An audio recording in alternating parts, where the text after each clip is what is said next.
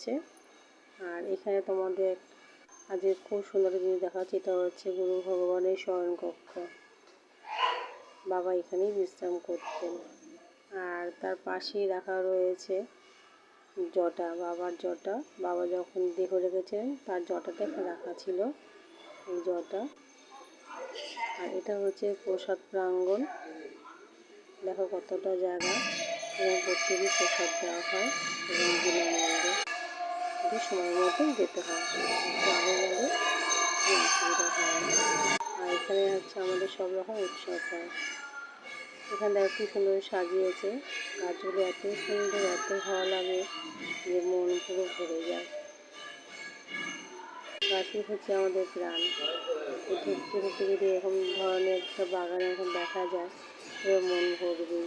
আর এটা হচ্ছে শিল্পকেন্দ্র, এখানে সব রকমের জিনিসই পাওয়া যায়।